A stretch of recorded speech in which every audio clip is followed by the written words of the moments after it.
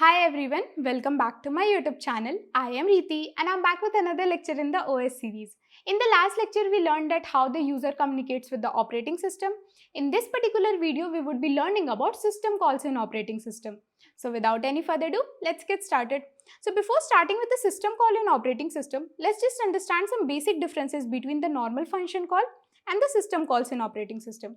So in our day-to-day life, we write a lot of code. There we write some functions and then we call those functions in our classes. In the same way, here you can see that there is a function which is written as add and then we are calling it in our main class. So this is a function call which is happening here. So normal function call is an instruction that transfers the control to a function in the same user space, or you can say within the same program. So within the same program, we have written a function and then we are calling that particular function in our main class.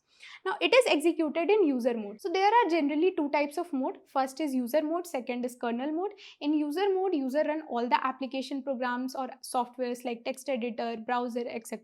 In kernel mode, basically we run all the operating system core services. So we'll be learning about both of these modes more in the next set of lectures, but for now you can understand that in the user mode, user runs all the application. In the kernel mode, it basically runs all the OS services. Now it has direct access to process the memory. It generally is faster because there is no mode switch. Again, the user mode kernel mode switch is not there because we are not printing anything. So we are not even going to the kernel mode. Now it is used for computation, data manipulation and programming logic execution. So example, add is a normal function that executes within the same user space, or you can say within the same user mode. Now coming to the system call. So system call is a request made by the user space program to access privileged OS services such as file handling, process management or memory allocation.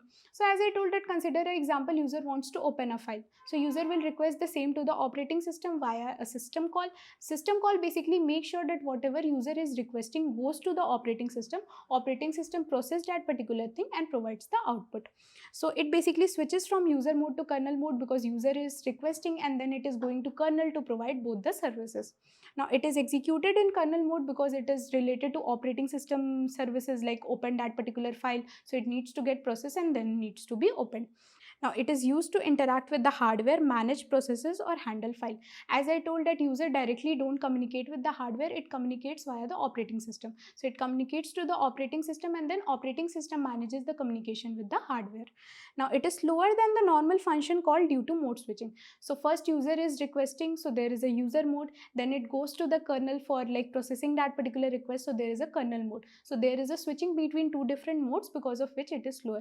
Again, if you're not understanding about mode, we will be learning more about modes in next set of lectures, but for now you can understand that there are two modes, user mode and kernel mode. In user mode we are running all the application software.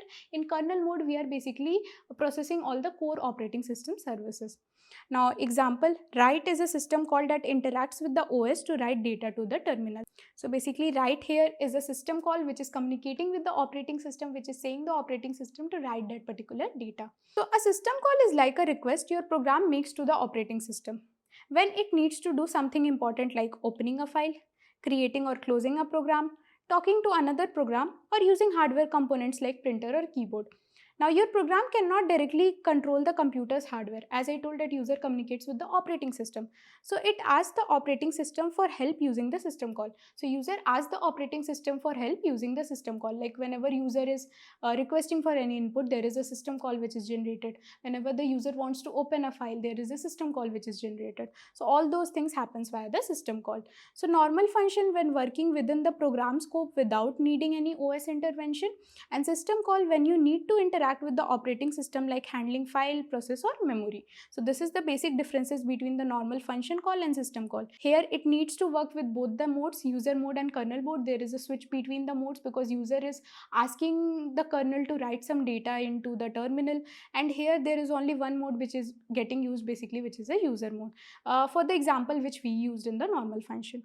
Now types of system calls. So first one is process control, second is file management, third is device management, fourth is information maintenance, and fifth is communication, that is inter-process communication, which is kind of important here.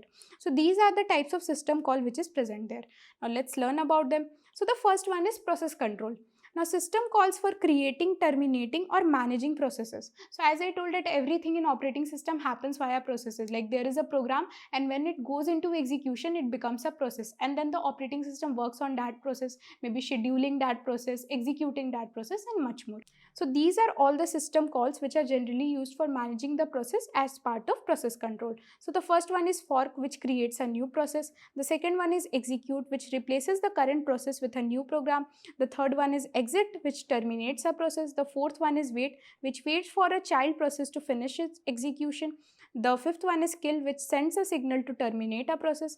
The sixth one is get PID, which gets the process. All the processes once created have a process ID generated. So we can use the system call to get that particular process ID.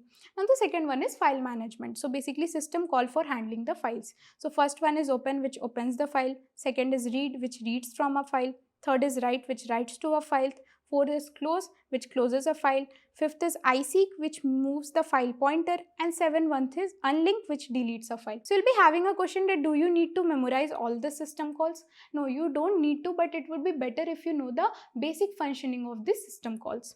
Now the third one is device management, which is basically used to interact with hardware devices. So first one is IOCTL, which sends a control command to the device. Second is read, which reads from a device. Third one is write, which writes to a device. Now fourth is information maintenance, which retrieves system related information. First is get PID to get the process ID. Second is get UID, which gets the user ID. Third is alarm, which sets a timer for the process execution. Now the last one is communication, that is interprocess communication. System calls for processes to communicate with each other. So the first one is pipe, which creates a communication channel between the processes. The second one is SHM get, which gets the shared memory. Third is message send, which sends the message to a queue. Fourth one is message receive, which receives a message from a queue. Fifth one is socket, which creates a network socket. And seventh one is send and receive, which send and receive messages over a socket. So this was all about system calls and types of system call. Again, you don't need to memorize about each and every system call. You can just have a brief idea about what the system call does. Even though if you don't have, they don't ask you to write about each and every system call and what are the internal implementation, maybe they can ask you what are system calls and types of system call, and there you can mention some examples. So this was all about this video. I hope you like this video. So if you like this video, please hit the like button. If you're someone who is new to my channel, can go ahead and watch out the tech content first. And if you find it useful, can go ahead and subscribe. Also, if you have not followed me on my social media handles, you can go ahead and follow. The links are in the description. Till then, take care, keep learning, keep growing, keep smiling. Bye all.